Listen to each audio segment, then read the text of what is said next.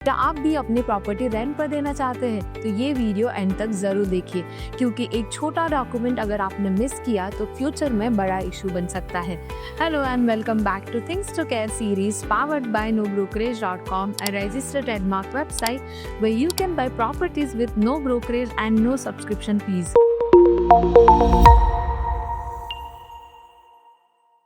आज हम बात करेंगे एक ऐसे टॉपिक की जो हर ओनर के लिए सबसे इम्पोर्टेंट है, अपनी प्रॉपर्टी रेंट पर देना।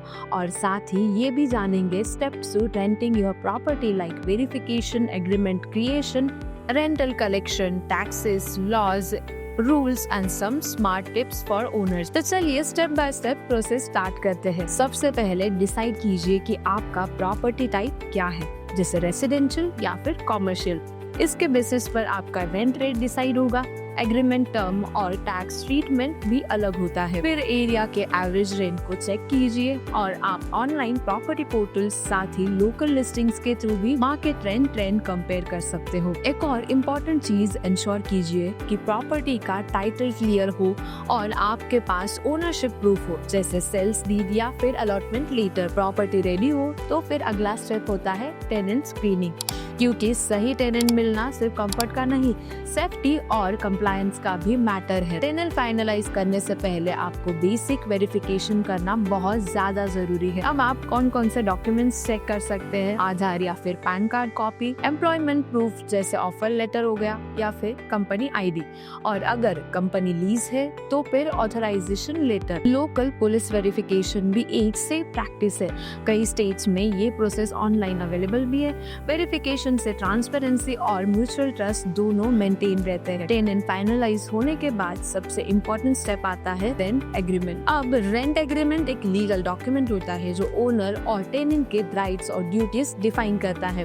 अब इसमें के एलिमेंट्स क्या क्या इंक्लूड होते हैं, जैसे ओनर और टेनेंट के नाम और एड्रेस, प्रॉपर्टी डिस्क्रिप्शन जैसे फ्लैट नंबर, एरिया हो गया, फिर आपका एड्रेस आ गया, rent and deposit, monthly rent क्या होगा, सिक्योरिटी डिपॉजिट अमाउंट और साथ ही पेमेंट मोड भी उसमें इंक्लूड होगा। मेंटेनेंस कौन पे करेगा, ओनर या फिर टेनेंट, लॉक इन पीरियड और नोटिस पीरियड जैसे एग्रीमेंट एंड करने का रूल, और utilities like electricity, water and gas bill.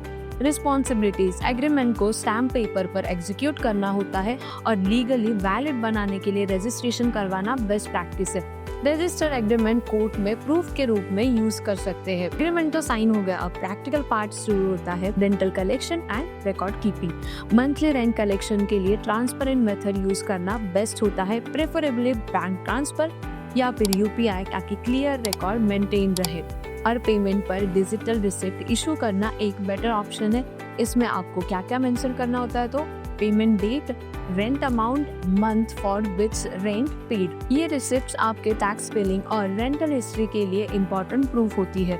लेकिन रेंट मिलने के बाद भी एक मेजर रिस्पॉन्सिबिलिटी है टैक्स कंप्लायंस। रेंटल इनकम पर टैक्स लगता है, लेकिन सारे रेंट पर नहीं।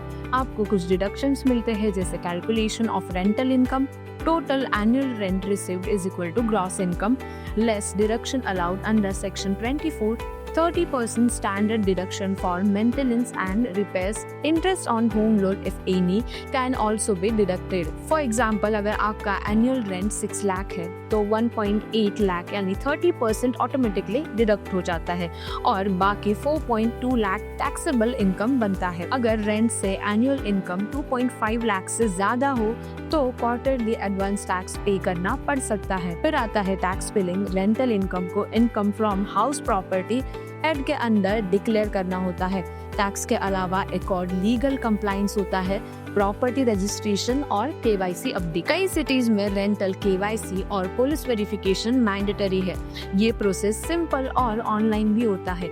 अगर आपकी प्रॉपर्टी हाउसिंग सोसाइटी में है तो टेनेंट डिटेल्स सोसाइटी ऑफिस में देना भी नेसेसरी है। ये सब प्रिवेंशन मेजर्स होते हैं फ्यूचर डिस्प्यूट्स और लीगल कॉम्प्लिकेशंस को अवॉइड करने के लिए।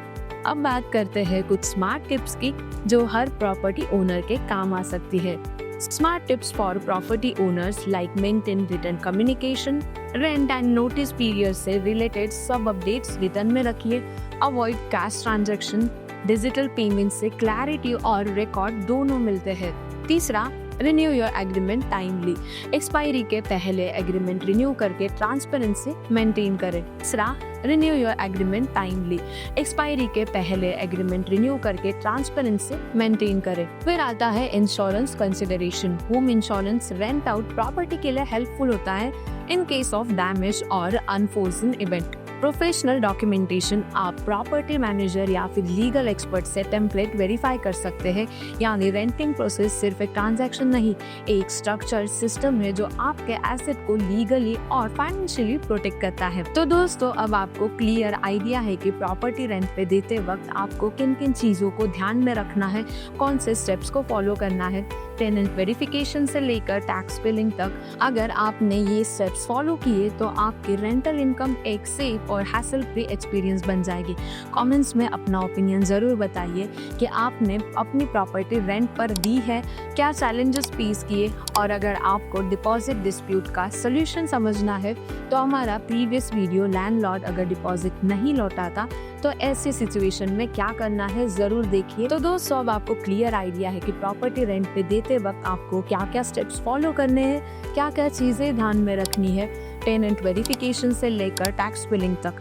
अगर आपने ये स्टेप्स फॉलो किए तो आपकी रेंटल इनकम एक सेफ और हैसल फ्री एक्सपीरियंस बन जाएगी। कमेंट सेक्शन में हमें ज़रूर बताइए कि आपने कभी अपनी प्रॉपर्टी रेंट पे दी है, और अगर आपको डिपॉजिट डिस्प्यूट के सॉल्यूशन समझने हैं तो हमारा प्रीवियस वीडियो देखिए, लिंक डिस्क्रिप्शन में मिल जाएगी।